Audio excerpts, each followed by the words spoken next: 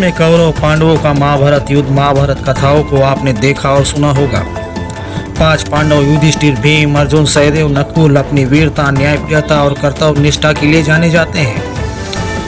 युधिष्ठिर को धर्मराज तो भीम को महाबली और अर्जुन को धनुर्धारी कहा गया है। इस महाभारत में दानवीर कर्ण और श्री कृष्ण की लीलाओं को भी देखा और सुना होगा।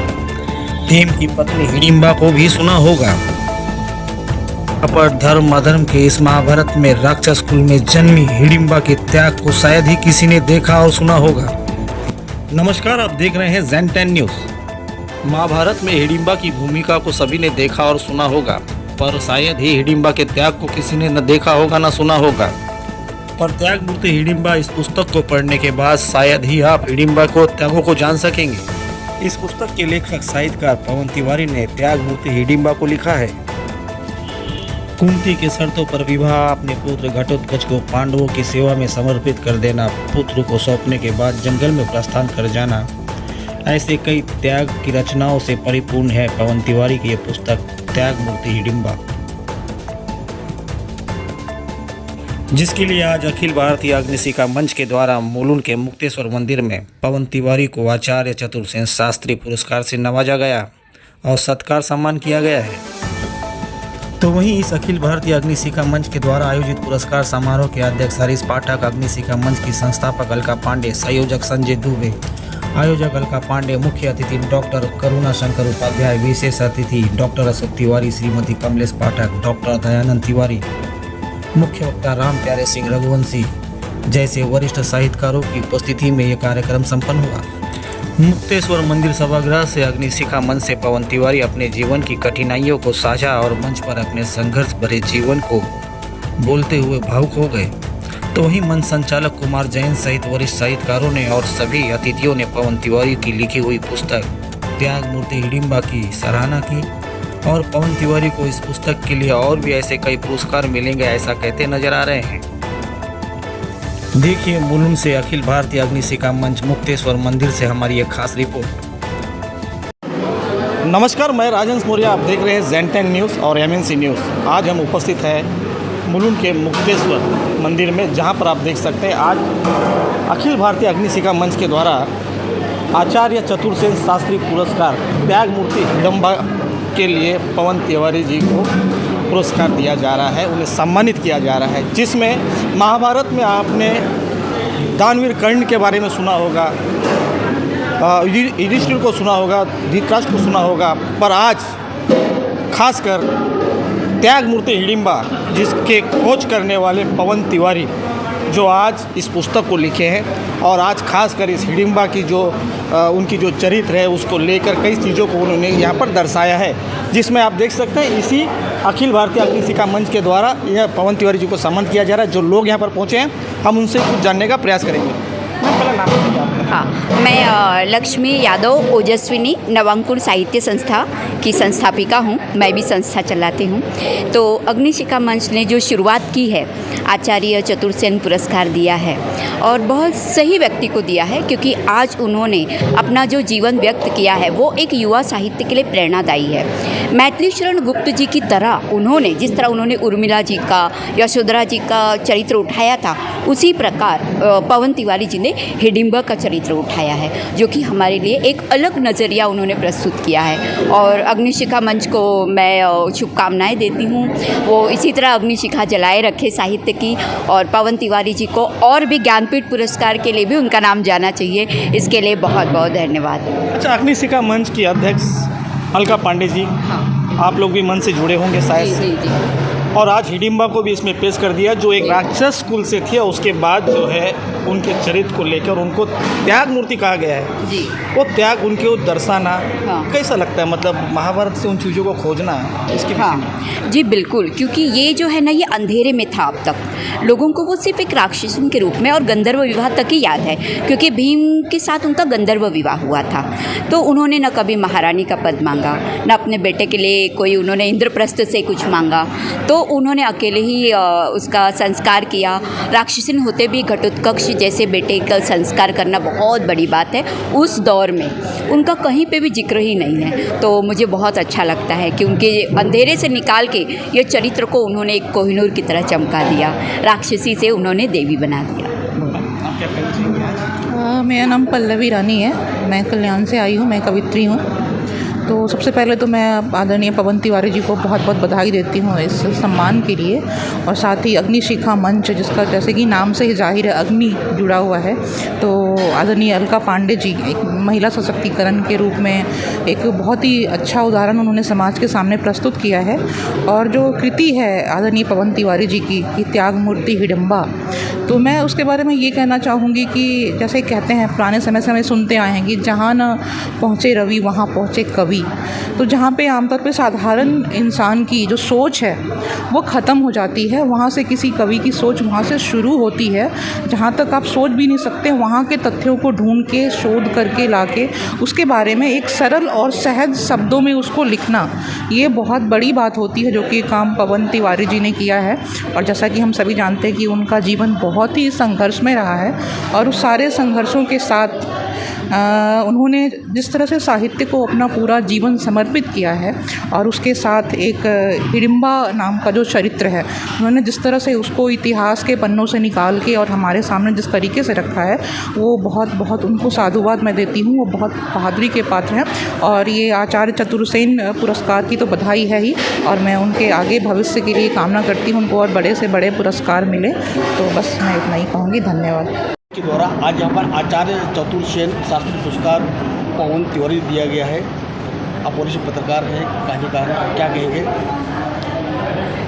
ये बहुत महत्वपूर्ण मौका है हिंदी पत्रकारिता के लिए, और अग्निशिखा मंच एक 40 साल पुरानी संस्था है जो साहित्यिक, सामाजिक और राजनीतिक कई मंचों पर सक्रिय रही। अलका पांडे मेरी 40 साल पुरानी मित्र हैं। वो जिस दौर में अग्निशिखा मंच का उत्थान हुआ था, उस दौर में ममता कुलकर्णी और शिल्पा शेट्टी फिल्मी दुनिया में कपड़े विहीन फ़ोटो खिंचवाए और एक ने रंग पोतवा लिया।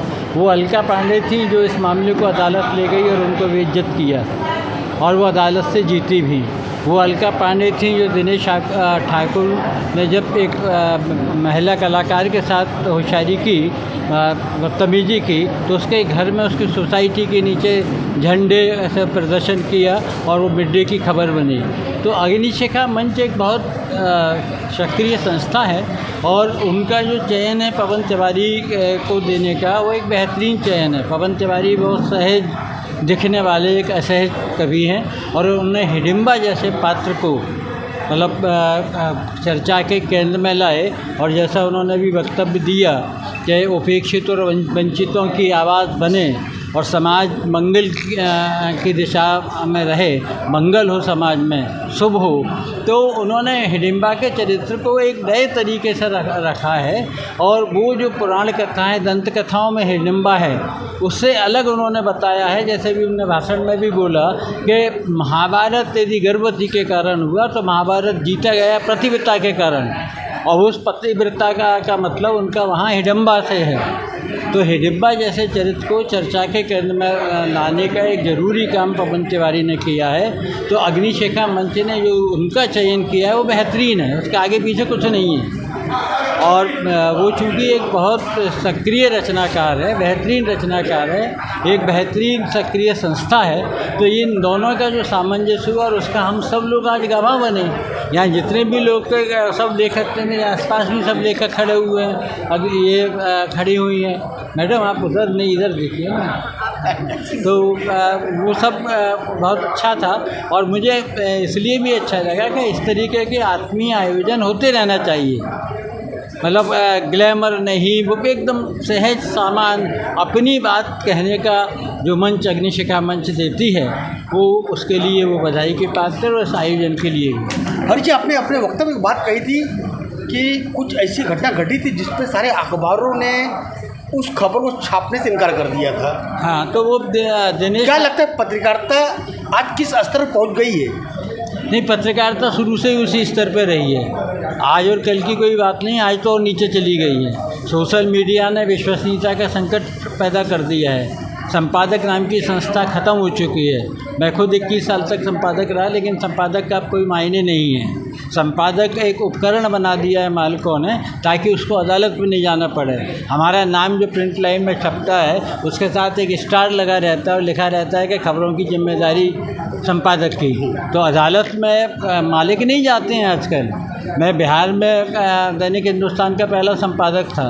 मैं 2 बार बिहार में रहा। वहाँ मल्टी एडिशन की प्रथा है, यानी 1 घंटे के में 20 पेज का अखबार के 16 पेज बदल जाते हैं। तो वहाँ देखना, आप खाना खा रहे हो, पता चला पुलिस में पे नक्सलियों ने हमला कर दिया है, बारूदी शरण से 16, तो थाली सरका के आपको अखबार बदलना है।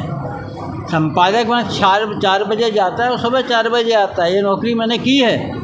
तो इसलिए वो जो तबका है, ये 90 की बात है, 87 या 90 की बात है। तो दिनेश ठाकुर नाम के सज्जन थे और उन्होंने एक अभिनेत्री के साथ दुराचार करने की कोशिश की थी।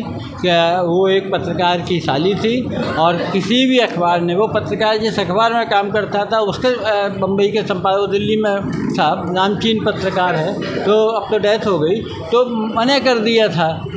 तब जब सब जगह अंधेरा रास्ता था, तब मैंने अलका पांडे से संपर्क किया। तो मैंने कहा कि ऐसा ऐसा हो गया। तो उन्होंने कहा ठीक है। तो वो 50 महिलाओं के साथ दिनेश ठाकुर के घर पे वर्सोवा या खारदाना में, कहीं खार में रहते थे वो। तो वहाँ, और तब दिनेश ठाकुर यानी रजनीगंधा का हीरो, दिनेश ठाकुर का मतलब कला फिल्मों का नायक, छोटा मोटा आदमी नहीं था वो। नाटकों का, बम्बई में यदि नाटकों की बात होती है तो या तो नादरा बब्बर का नाम आता है या दिनेश ठाकुर का नाम आता है। बाद में ये एक यात्री और लोग दूसरे अलग आते हैं, घूम कटारे वगैरह।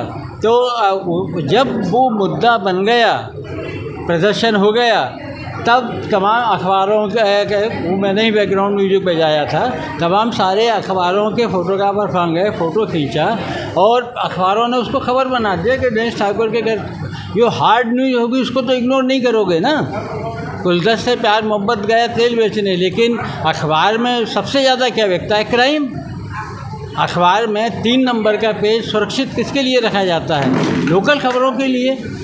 एक छोटी सी खबर होती है, संपादक बोलता है अरे इसको टॉप बॉक्स बना दो, तो वो कहता है ना कि इंटरेस्टिंग खबर लोग पढ़ते हैं। तो वो फर्स्ट पेज पे अलका पांडे और उनकी टीम के फ़ोटो के साथ 7 कॉलम में लीड छाप दी मिड डे ने।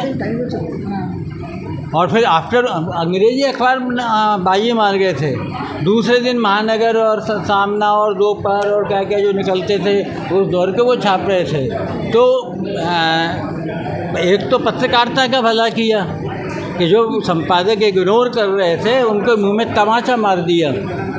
बस पढ़िए, ये माना जाए कि पत्रकारिता दौर के अंदर कोई खबर अगर छपवानी हो, अगर संपादक किसी दबाव में हो, तो अग्निशिखा मंच के अध्यक्ष अलका पांडे जैसे लोगों को अब आगे आना होगा ताकि आंदोलन के तहत अखबारों सुर्खियाँ बना सकें। ये माना जाए? बिल्कुल सहमत हूँ मैं आपकी बात से। ठीक है, सीधा चलते हैं पवन तिवारी जी। आज आपने अपने वक्तव्य को रखते रखते बड़ा भावुक हो गया। वास्तव में मैं देख रहा था कि आज वास्तव में एक मिसाल बने आपने। एक कवि, एक लेखक, एक साहित्यकार बनने के लिए पैसा होना बहुत ज़रूरी है। आज मोची दुकान पे आप रहकर किस तरह आपने बताया कि स्ट्रीट लाइट नीचे रह के आपने पढ़ाई की है, बोलते भावुक हो गए। वास्तव में एक नौजवान के लिए आज एक प्रेरणा हो गया है। आज आप हो गए पवन तिवारी जी, वास्तव में हमारे 2 ही दर्शक देख रहे होंगे। एक आपसे प्रेरणा लेकर बताइए, आज आपको अलका पांडे जी की ओर से पहला आचार्य चतुर्सेन शास्त्री अवार्ड 2025 का आज मिला है। दिग्गज यहाँ पर हरीश पाठक जी के हाथों मौजूदगी वहाँ पर हुआ है। कितनी बड़ी जिम्मेदारी और कितना बड़ा आपको आज खुशी हो रही है? निश्चित तौर पर मुझे खुशी है, ख़ास करके आचार्य चतुर्सेन शास्त्री, मैंने वैशाली की नगर वधू जब मैं 17-18 साल का था तभी मैंने पढ़ लिया था। उनका एक उपन्यास था गोली, वयम रक्षाम, और उनका जो है उन्हीं की तरह जो है गुजराती में लिखने वाले कन्हैयालाल माणिकलाल मुंशी हैं, वो बहुत बड़े लेखक रहे। सोमनाथ उन्होंने लिखा, उन्होंने जय सोमनाथ लिखा, दोनों, तो मैंने दोनों पढ़ी है। तो आज जिनको मैं पढ़ के बड़ा वो रहता था कि अच्छा ऐसा लिखते हैं, ऐसा शिल्प है, ऐसा बिंब है, आज उनके नाम से मुझे पुरस्कार दिया जा रहा है। तो ये मेरे लिए बड़ी खुशी की बात है, उत्साह है। पुरस्कार क्या करता, आपको प्रोत्साहित करता, प्रेरित करता लिखने के लिए। और जब ऐसे बड़े लोगों के हाथ, अपने अग्रजों के हाथ, जिनको आप सुन के पढ़ के बड़े हुए हैं, उनके हाथों मिलता तो आपका मनोबल बढ़ता है। अच्छा, हडिम्बा आपने जो लिखी हुई, कहाँ लोगों को अगर पढ़ना हो तो कहाँ पे प्राप्त कर सकते हैं? अमेज़न पे है। देखिए अभी तो आउट ऑफ प्रिंट होगा, उसका संस्करण बिक गया है। रिकॉर्ड समय में उसका संस्करण बिका, 1100 का संस्करण छपा था, वो बिक गया। और बहुत लोग मुझसे चाहते थे कि किताब पवन जी आपसे लेना, तो 50 प्रतियाँ मैंने प्रकाशक से 40% छूट पे मंगाई, क्योंकि जो रॉयल्टी देते हैं वो देते नहीं। तो वो मेरे ही पास अब केवल 10-12 प्रतियाँ बची हैं, बाकी 1050 प्रतियाँ ऑनलाइन बिक गई सब, और वो आउट ऑफ प्रिंट है, लेकिन दिखाता है। अभी नया संस्करण उसका आने वाला है, आएगा तो अभी फिर आएगा, सजिल आने वाला, पहले पेपर बैक आया था। क्या कर दें? हाँ, तो अभी वो आने वाला। अभी शुक्राचार्य मेरा हार्ड बाउंड बड़ा कृति आने वाली है इसके बाद, उसी के साथ ये भी आएगी, हिडिंबा का नया संस्करण। ठीक है, सीधा चलते हैं अगली शिखा मंच की एक डेशिंग। आपने पूरी कायनात में आग लगा दी। लगता नहीं आपका साधारण चेहरा देख के, आपने इंडस्ट्री से नहीं, लेकर, आप अभी देख रहे हैं ना। नहीं आपको पहले भी 3-4 बार तो मिल चुका हूँ मैं। कमलेश्वरी जब बल खड़ी है ना, ये कमलेश गुप्ता मेरे बहुत सारे मोर्चों में साथ में रही है। नहीं आता, वो डांटती मुझे। हाँ, ये बताइए कि वास्तव में आज आप, मुझे लगता है कि आप सम्मान के पात्र हैं कि आपने हमेशा महिलाओं के चरित्र को लेकर उनके खिलाफ होने वाले जितने भी, चाहे वो इंडस्ट्री के अंदर जो भी कोई मसले रहे हो, वो लड़ाई आपने लड़ी है, जैसा कि पाठक ने बताया।